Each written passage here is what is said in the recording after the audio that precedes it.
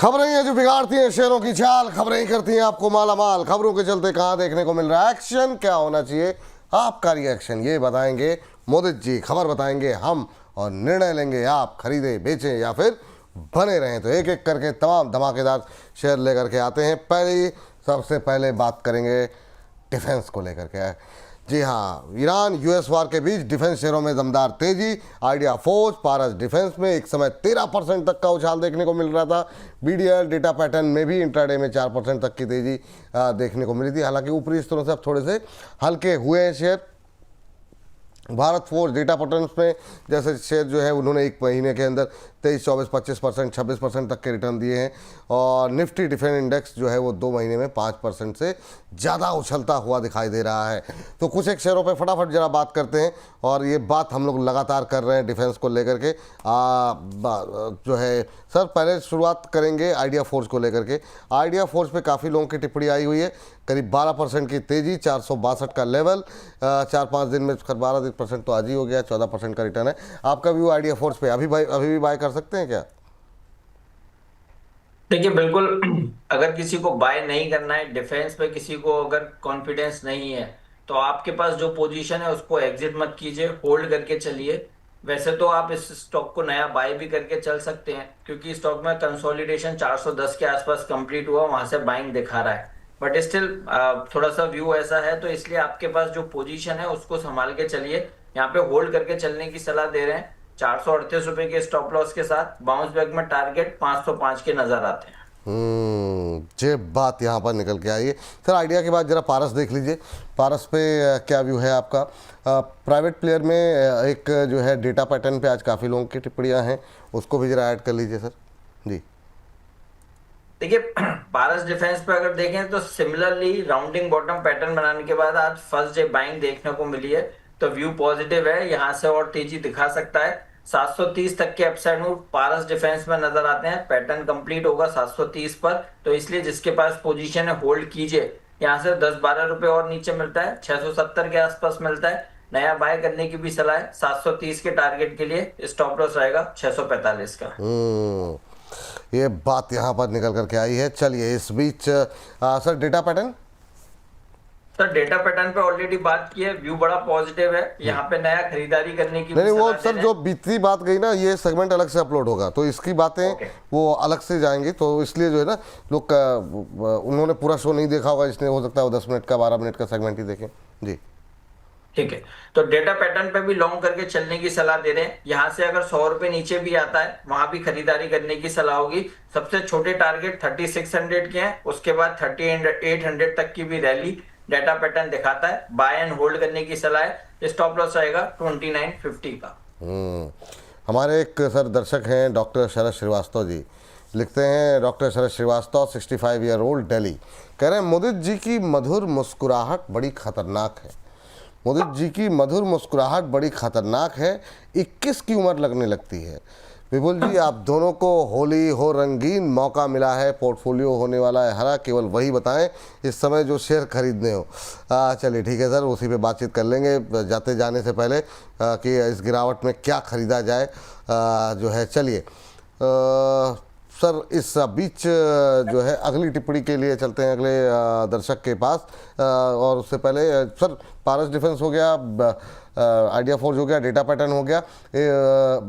BDL पे आपकी राय जानना चाहेंगे सर। बीडीएल को जरा लेकर के बताइए क्या करना चाहिए, और साथ ही जो है एक दो शेयर और डिफेंस का डिस्कस कर लेते हैं जो हमने आज सुबह डिस्कस नहीं किए हैं, तो लोगों को एक 360 डिग्री व्यू मिल जाएगा। बीडीएल पे आपका व्यू? देखिए, मेरा व्यू बहुत पॉजिटिव है अब यहाँ पर। और मैं सिंपल एक ही चीज बोलता हूँ, जो लोग नहीं खरीद रहे नया, कोई बात नहीं, जो पोजीशन है संभाल के रखिए। और इसमें अब 1220 का ब्रेकडाउन होगा नहीं, और अगर 1220 का ब्रेकडाउन किसी भी सूरत में नहीं हुआ तो ये स्टॉक 1460 रुपए तक के अपसाइड मूव दिखाएगा। यहाँ से 200 पॉइंट ऊपर तक की रैली हम इस काउंटर से एक्सपेक्ट कर रहे हैं, क्योंकि स्टॉक में 1600 रुपए से करेक्शन बना 1220 तक। और यहाँ पर लास्ट करीब 1.5 महीने से जो कंसोलिडेशन हो रहा है उसमें बुलिश पैटर्न बन रहा है, और जिसका ब्रेकआउट 1310 पर निकल कर आएगा। मैं इस तरह के माहौल में ये अज्यूम करके चल रहा हूँ, ये डेफिनेटली ब्रेकआउट देगा। और उसके बाद ये 1460 तक के अपसाइड मूव दिखाएगा। तो हमारा व्यू पॉजिटिव है, कोई खरीदना चाहता है बिल्कुल अपॉर्चुनिटी है, बाय एंड होल्ड करने की सलाह है। स्टॉप लॉस रहेगा 1220 का। ठीक है सर, ये बात हो गई। और इस बीच सर अगली कंपनी पे ज़रा बातचीत कर लेते हैं। सर एक्सिस केट्स लेकर के आइए, 1% के आसपास की मजबूती यहाँ पर देखने को मिल रही है एक्सिस केट्स के अंदर अभी करंट लेवल पे। आप कैसे देख रहे हैं एक्सिस केट्स को? देखिए लगातार तेजी दिखा रहा है और हायर हाइज हायर लोज में है, नो डाउट। लास्ट करीब 2 हफ्ते से कंसोलिडेशन था, उसमें भी अभी भी पैटर्न इंटैक्ट है। एक फ्लैग पैटर्न बन रहा है स्टॉक में, हालांकि ब्रेकआउट नहीं है अभी, बट कंसोलिडेशन पे 22 पॉजिटिव है। तो जिसके पास भी पोजीशन है 1340 1340 के एसएल से होल्ड करने की सलाह दे रहे हैं। 1520 के ऊपर फ्रेश ब्रेकआउट आएगा, वहां पर अग्रेसिव लॉन्ग करने की सलाह होगी 1760 के टारगेट्स के लिए। मेरे टारगेट्स बड़े हैं क्योंकि पैटर्न इस तरह का बना हुआ है, लेकिन 1520 के ऊपर अग्रेसिव बाय है। अभी जो पोजीशन है 1340 के एसएल से होल्ड करके चल सकते हैं। ठीक सर। सर फोकस हम कर रहे हैं प्राइवेट डिफेंस को लेकर के ही, तो उसमें एक तो आप जेन टेक्नोलॉजी, एमटीआर टेक और अपोलो माइक्रो, इन 3 को ज़रा स्क्रीन पर अपने धीरे धीरे करके लेकर के आइए। और मैं चाहूँगा कि इन तीनों पे राय के बाद आपकी एक डिफेंस को लेकर के व्यू क्या है, कहाँ पे फ्रेश बाय की, जो हमारे दर्शक कह रहे थे डिफेंस में अभी क्या खरीदें, तो इन तीनों पे आपकी राय जानना चाहेंगे। देखिए अपोलो माइक्रो पे पहले बात करते हैं। कंसोलिडेशन ब्रेकडाउन हुआ है और उसके बाद लोअर से बाइंग देखने को मिल रही है, तो व्यू में यहाँ से कुछ बाउंस बैक आ सकता है। अपोलो माइक्रो जिसके पास पोजीशन है 210 के स्टॉप लॉस से होल्ड करने की सलाह दे रहे हैं। यहाँ से बाउंस बैक देखने को मिल सकता है, 250 तक के अपसाइड मूव ये काउंटर दिखा सकता है। दूसरा रहेगा जेन टेक्नोलॉजीज का। जेन टेक्नोलॉजीज पे अगर हम बात करते हैं 1345 के आसपास ट्रेड हो रहा है, अपने डेली सुपर ट्रेंड को रिस्पेक्ट देके बाइंग दिखा रहा है, व्यू पॉजिटिव है। 1460 तक के अपसाइड मूव जेन टेक्नोलॉजी दिखा सकता है। इस काउंटर को भी बाय एंड होल्ड करके चलेंगे। स्टॉप लॉस रहेगा 1310 का। जेन टेक्नोलॉजी हो गया। इसके अलावा एक एमटीआर टेक था सर डिफेंस में। यस, एमटीआर टेक्नोलॉजी लगातार हायर हाइज हायर लोज में है स्टॉक में, लेकिन यहाँ पे नया बाय करने की सलाह नहीं दे रहे हैं। ध्यान से सुनिए, स्टॉक में तेजी जरूर देखने को मिल रही है, लेकिन 3900 के लेवल पे 2-3 बार स्टॉक ने अपने आप को रेसिस्ट किया है और आज के सेशन में भी 3900 का लेवल छुआ, लेकिन वहां से प्रॉफिट टेकिंग नजर आई है। तो फ्रेश बाय 3900 के ऊपर बाय करेंगे। और अभी अगर किसी के पास पोजीशन है तो यहाँ पर 3560 के स्टॉप लॉस से होल्ड करके चलेंगे। एमटीआर टेक्नोलॉजीज को बाय लिस्ट से अवॉइड करेंगे। 3900 के ऊपर नया बाय, अभी जो है पोजीशन 3560 के एसएल से होल्ड करेंगे। ठीक सर। अच्छा सर, ये यूनिमैक कैरो और जोड़ लीजिए और ज़रा बताइए कि अभी जो है यूएनआई एमईसी और अपोलो माइक्रो में तो बात हो गई ना सर अपनी जी। हाँ, तो ये काफ़ी लोग अभी भी जो कमेंट कर रहे हैं, प्लीज़ सर थोड़ा सा अलर्ट होकर के आप लोग सुना कीजिए। जी सर, यूएनआई एमईसीएच एरोस्पेस के नाम से शेयर है, 2.5-3% टूटा हुआ है, लेकिन ये भी प्राइवेट डिफेंस का एक प्लेयर। आपका व्यू क्या रहेगा यूनिमैक एरोस्पेस को लेकर के? देखिए स्टॉक में नया बाय नहीं करना है क्योंकि स्टॉक फॉलिंग ट्रेंड लाइन के लगातार नीचे ही काउंटर ट्रेड हो रहा है, लोअर हाई लोअर लोज है। लेकिन जो पोजीशन है 825 के एसएल से होल्ड करके चलिए, कुछ बाउंस बैक आ सकता है, उसमें 920 930 तक के अपसाइड मूव दिखा सकता है। नया बाय करने की सलाह नहीं है, लेकिन पोजीशन को 825 के एसएल से होल्ड करके चल सकते हैं। चलिए ठीक है। ये बात यहाँ पर निकल करके। अच्छा सर, जरा इन सबको जरा एक बार मतलब अगर जैसे हम लोग पावर में करते हैं वैसे अगर हम लोग डिफेंस में आज कैटेगराइज करें तो प्राइवेट में प्लेयर में वो आपको सबसे 2-3 कुछ ऐसे शेयर हैं क्या जो आपको अच्छे लग रहे हों? वो कौन से होंगे जिसको हमने कम से कम 7-8-10 शेयरों में बातचीत की, या फिर आप पीएसयूज में भी आ सकते हैं। कुछ ऐसे शेयर हैं आज के जो माहौल है दुनिया में युद्ध का, निश्चित रूप से फंडामेंटल सपोर्ट कर रहे हैं, चार्ट कहाँ पर सपोर्ट कर रहे हैं? देखिए इन सब में मैं अगर ये पीएसयू में आता हूं तो मुझे बीईएल भारत इलेक्ट्रॉनिक्स पसंद आ रहा है। स्टॉक का स्ट्रक्चर पर काफी पॉजिटिविटी है और ट्रायंगल पैटर्न डेली चार्ट पे बनाया और आज ब्रेकआउट देखने को मिला है। 450 पर ट्रेड हो रहा है। आने वाले दिनों में 480 से 490 तक के अपसाइड मूव बीईएल में नजर आते हैं, तो यहाँ पे बाय करके चलने की सलाह दे रहे हैं। इसके अलावा अगर दूसरा कोई स्टॉक जहां पर मेरे को बहुत ज्यादा अपसाइड मूव नजर आता है और अपसाइड पोटेंशियल नजर आता है, that is BDL Bharat dynamic limited. 1220 के स्टॉप लॉस से पोर्टफोलियो में जगह दे दीजिए। आप अगर टाइम बीइंग भी अगर इसको बाय करते हैं 10 दिन, 15 दिन, 20 दिन, तो भी मुझे लगता है बेयर मिनिमम यहाँ से 1350, 1360 तक के अपसाइड मूव तो दिखाएगा ही दिखाएगा। तो 1220 के एसएल से बीडीएल को लॉन्ग करके चलेंगे, अदरवाइज तो हमारे टारगेट 1460 के हमें नजर आते हैं। अच्छा, ये जो जितने आपने प्राइवेट डिस्कस किए, Paras defence, Idea Forge, Data Pattern, Axis Cades, Apollo Micro, Gentech, MTR tech, Unibek, इन सब में कोई मतलब अपॉर्चुनिटी नहीं दिखाई दे रही आपको? नहीं, इन सब में अगर कोई अपॉर्चुनिटी की बात करते हैं तो डाटा पैटर्न्स काफी ल्यूक्रेटिव बना हुआ है, बहुत अच्छे स्ट्रक्चर हैं सर। ऐसे स्ट्रक्चर बहुत रेयरली मिलते हैं। डेली, मंथली, वीकली सारे चार्ट पर फ्रेश ब्रेकआउट है स्टॉक में। तो क्या होता है, कई बार क्या होता है, डेली पे ब्रेकआउट है तो मंथली पे सपोर्ट नहीं करता, और कई बार वीकली सपोर्ट नहीं करता। लेकिन इस स्टॉक में हर तरह से ब्रेकआउट है, तो डाटा पैटर्न्स में अच्छी अपॉर्चुनिटी है, बाय करके चलने की सलाह है। जो हमने स्टॉप लॉस दिए 2950 के एसएल से buy, bare minimum, short term target 3600 के नजर आते हैं। चलिए, चलिए अगली कंपनी लेकर के आते हैं और देखते हैं वहाँ पर तेजस में क्या कुछ एक्शन हो रहा है। सुमन झा जी कह रहे हैं जिस काम में रिस्क होता है उसी काम से हमें इश्क होता है। वाह वाह सुमन जी, मतलब एक से एक शायर हमारे जो दर्शक हैं ना, अद्भुत हैं। लेके आ जाइए तेजस नेटवर्क, देखते हैं वहाँ पर क्या पक रहा है और क्या करना चाहिए। आज तूफानी रफ्तार है, ग्लोबल टेंशन के बावजूद टाटा ग्रुप के शेयर में तूफानी तेजी, 9.5% के आसपास की मजबूती यहाँ पर देखने को मिल रही है। इंट्राडे में करीब 15% की तेजी के साथ आज हमने देखा 503 का हाई यहाँ पर लगता हुआ दिखाई दिया है सर। अभी भी 10-10% ऊपर 481 का लेवल। आपको बता दें कि 5G से जुड़ा एक बड़ा ऑर्डर और एक ग्लोबल पार्टनरशिप इन्होंने की, उसकी वजह से आज का ये मोमेंटम बनता हुआ तेजस में आता हुआ दिखाई दे रहा है। बीते 5 कारोबारी सत्र में धुआंधार रफ्तार रही है, 50% से ज़्यादा की रैली यहाँ पर रही है।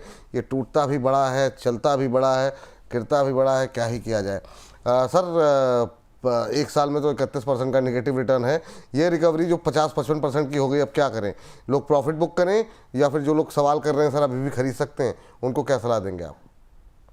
डिस्क्लेमर देंगे, ये स्टॉक हमने क्लाइंट्स को रिकमेंड किया था, तो यहाँ पर आज के सेशन में प्रॉफिट बुक कराया है उनको।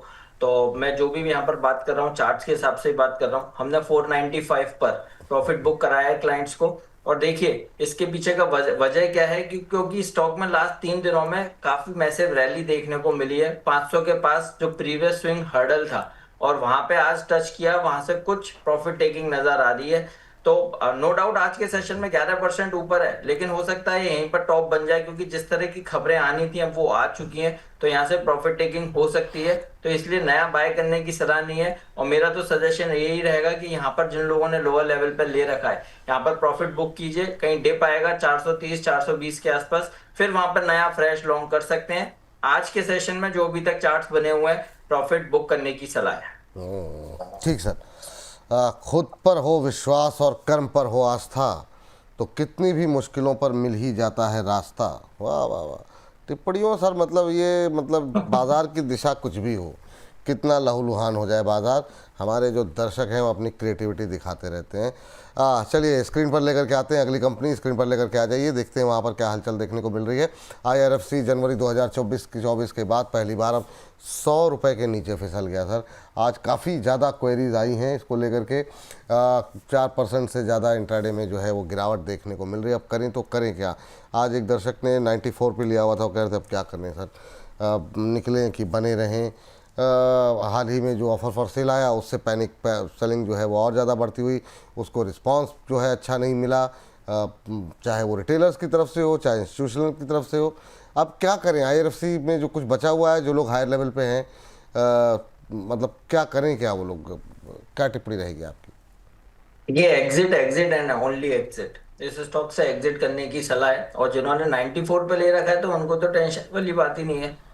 उनको तो कम से कम 5 रुपए मिल तो भी रहे हैं। बाकी आप जिन लोगों ने हायर लेवल पे ले रखा है, आप उनका दर्द अगर जानेंगे तो उनकी तो कैपिटल आधी से भी ज्यादा उड़ चुकी है इस स्टॉक में। तो जिस तरह के अभी चार्ट्स बने हुए हैं, इस स्टॉक में और करेक्शन आ सकती है।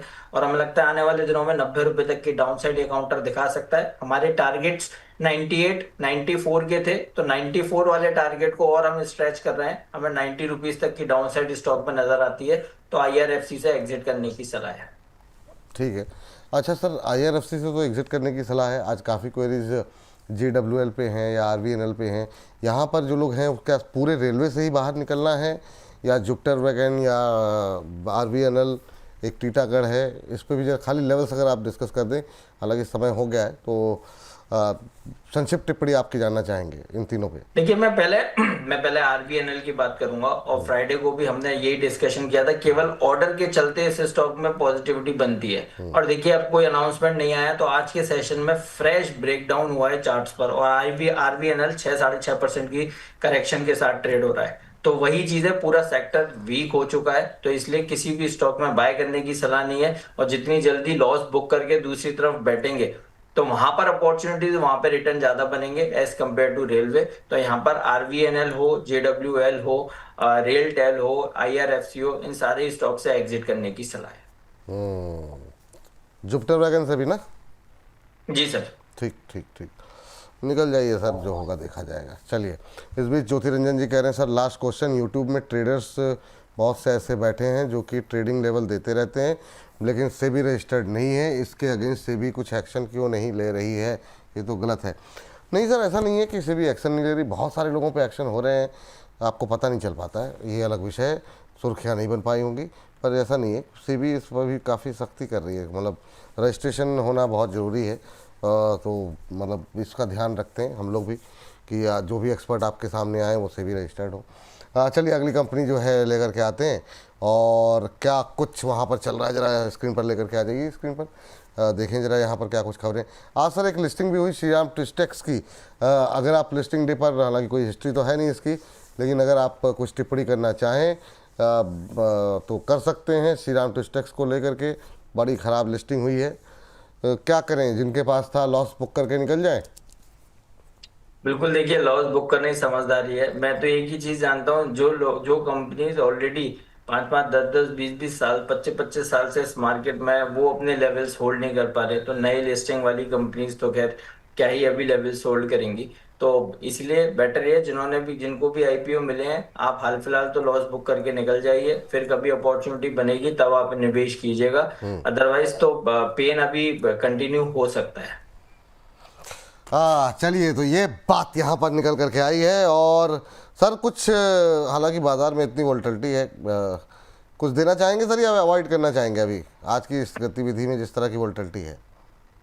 सर फ्रैंकली स्पीकिंग मैं देना चाहता था, लेकिन मुझे पता है व्यूअर्स नहीं संभाल पाएंगे, क्योंकि मैं ही नहीं संभाल पा रहा हूँ। क्योंकि आप देखिए, मुझे याद है 2:06 पर हमारा शो शुरू हुआ था, तब मैंने 24,600 का कॉल लगाया था, जो करीब 50 रुपए पर ट्रेड हो रहा था, और जब 2:10 पे आपका क्वेश्चन आया, तब वो 110 रुपए पर ट्रेड हो रहा था। तो विद इन 5 मिनट्स वो डबल से भी ज्यादा ट्रेड हो गया। तो क्या है, इतनी वोलेटिलिटी में ऊपर नीचे होगा और SL में पोजीशन कट जाएगी पैनिक में, तो इसलिए अवॉइड कीजिए। जब कहीं भी सेटलमेंट होगा, ये सारी चीजें सेटल होंगी, तब उसके बाद अपॉर्चुनिटीज ढूंढेंगे। ठीक है, और वैसे भी जैसा माहौल चल रहा है ना, ठीक है, जितना पहले लॉस हो गया वैसे ही लोग परेशान है, और मतलब वो मत करिए, होली अच्छे से मनाइए, धूमधाम तरीके से मनाइए, और मुस्कुराते हुए रहिए। बाकी हम लोग हैं, तमाम एक्सपर्ट हैं, कुछ ना कुछ विकल्प निकाला जाएगा कैसे क्या हो सकता है। तो एक बार मोदी सर, आपको भी होली की बहुत बहुत शुभकामनाएं सर। होली सबकी खुशनुमा रहे, लाल रंग बाज़ार में छाया हुआ है, उम्मीद ये करते हैं कि जल्द ही हरा रंग हावी हो, और ट्रेड कम से कम हम लोग ऐसे आने वाले टाइम में डिस्कस करें जो कि लोगों के पोर्टफोलियो को हरा कर सकें। डिस्क्लोजर आपकी तरफ से सर। बिल्कुल, देखिए आपको और आपके AU बोनस की पूरी टीम को, और हमारे प्यारे AU बोनस के सभी फैमिली मेंबर्स जो हमारे व्यूअर्स हैं, सबको होली की ढेरों ढेरों शुभकामनाएं। नो डाउट रेड कलर जरूर मार्केट में है, लेकिन उम्मीद करते हैं आज होलिका दहन के बाद हरियाली देखने को मिले, आपके पोर्टफोलियो हरे भरे होते हुए नजर आए।